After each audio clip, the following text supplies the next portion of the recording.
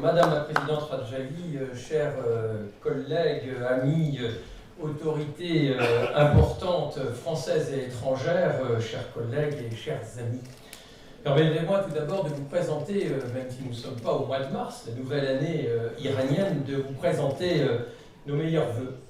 Meilleurs vœux à partager évidemment encore dans ces heures qui clôturent le mois de janvier, mais surtout pour le peuple iranien, et que le meilleur puisse se réaliser. Parce que ce que nous évoquons tout à l'heure et depuis le début de ce colloque est plutôt anxiogène. Ce sont plutôt des terres de désolation. La guerre ravage le Proche-Orient depuis le 7 octobre, vous le savez, depuis plus de 3 mois. C'est un conflit qui risque de s'étendre, qui peut s'étendre à toute la région, voire au-delà. Le transport maritime international s'est vu entravé lui aussi par des tirs de missiles Houthis du Yémen, avec les conséquences internationales que vous connaissez sur le prix d'un certain nombre de produits. En Irak et même en Syrie, des missiles, des roquettes fournies aux groupes paramilitaires aux ordres des mollahs au pouvoir en Iran ne cessent d'être tirés.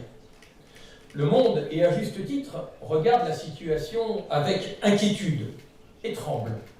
Oui, parce que la situation est précaire.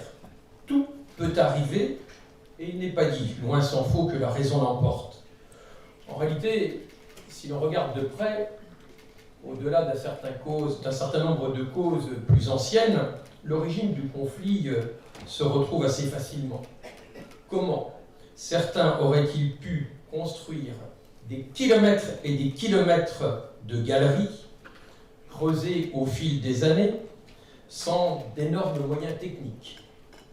Comment des missiles auraient-ils pu être fabriqués sans que cela se voie, avec des technologies qui sont plutôt absentes de Gaza, sans qu'il y ait des mains extérieures? Ces mains sont pour une part, de façon certaine, en Iran. Je m'appuie pour le dire, non pas sur des affirmations personnelles, mais sur des affirmations de responsables de Téhéran, qui ont vanté la participation du régime iranien à la fabrication de missiles et même de tunnels à Gaza. Le financement depuis des années par le régime de Téhéran vise en réalité essentiellement la préparation militaire du Hamas, qui n'est d'ailleurs, et vous le savez aussi, pas la seule organisation régionale soutenue par l'Iran.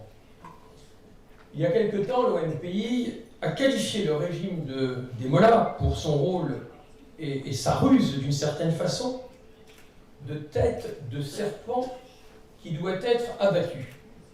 Je vous propose de vous intéresser à un autre animal, qui est la pieuvre, car en réalité, il y a de très nombreuses ramifications. Oui, il y a une présence tentaculaire, ici et là, dans différents territoires de ce Proche-Orient. À Gaza, assurément, au Yémen, en Syrie, en Irak, mais aussi au Liban. Et la liste n'est sans doute pas exhaustive. La pieuvre est là, ou, si vous préférez, l'hydre. L'hydre est bien présent. Et alors que le régime dépense des sommes folles pour soutenir ses ambitions et ses objectifs régionaux de puissance, mais aussi sans doute de déstabilisation, 80% de la population vit en dessous du seuil de pauvreté. Cet argent pourrait assurément être utilisé dans de meilleures conditions. Alors tout cela se fait avec un certain nombre de réactions, évidemment. En Iran même, dans plus de 300 villes, depuis 2 ans et demi, il y a eu une mobilisation très forte et qui n'a pas cessé. Les émeutes populaires demandent un changement de régime. D'ailleurs, les manifestants scandent assez souvent « ni Gaza, ni Liban, je donne ma vie pour l'Iran ».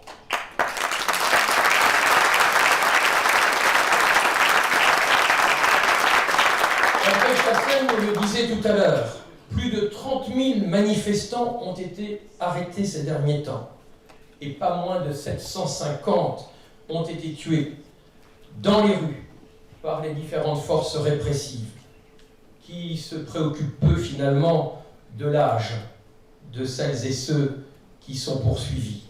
Car 8 jeunes, oui, des mineurs, des gamins, ont été exécutés et une centaine d'autres sont dans le couloir de la mort. Les événements actuels amplifient sans doute la réaction gouvernementale iranienne. Car en effet, depuis le 7 octobre, 3 mois, au moins 359 personnes ont été exécutées en Iran. Voilà la réalité des chiffres, voilà la réalité d'un régime qui se dit soucieux et respectueux de ses citoyens. La menace, la violence sont toujours des armes aux mains des dictatures et d'un régime qui est sans doute aux abois et qui se sert de ses moyens, la terreur, pour se maintenir au pouvoir. Oh, ce n'est pas un scénario si nouveau que cela. On l'a vu dans d'autres pays qu'en Iran. Il n'a plus aujourd'hui la légitimité révolutionnaire.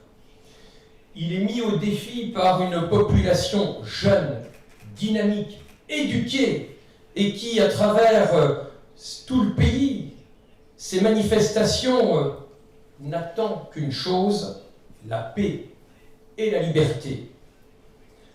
C'est un régime qui aujourd'hui, peu à peu, se réduit comme une peau de chagrin.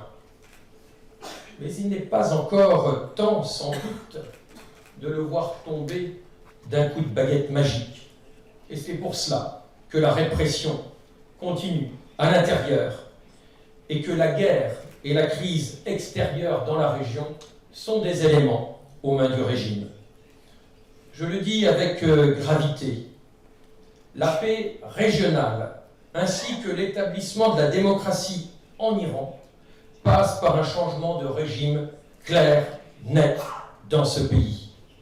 Jamais on ne trouvera la paix et le calme dans la région tant que les mollahs se trouveront au pouvoir à Téhéran.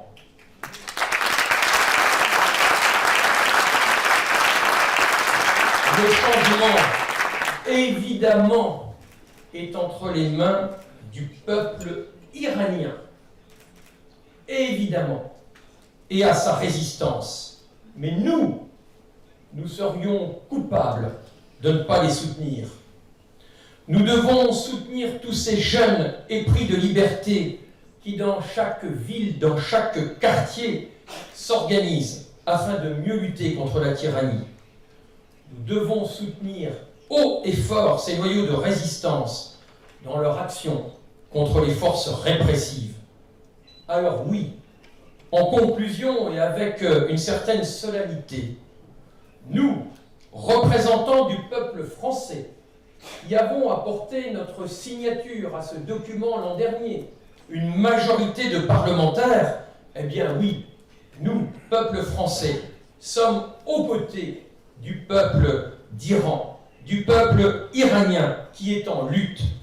Ce peuple frère que nous devons soutenir, qui forme, et vous me permettrez de paraphraser un peu la Marseillaise, cette marche française de la Révolution, et qui est notre hymne national et qu'évoquait André Chassaigne, eh bien, nous devons soutenir ce peuple qui forme ces bataillons afin de marcher vers la liberté.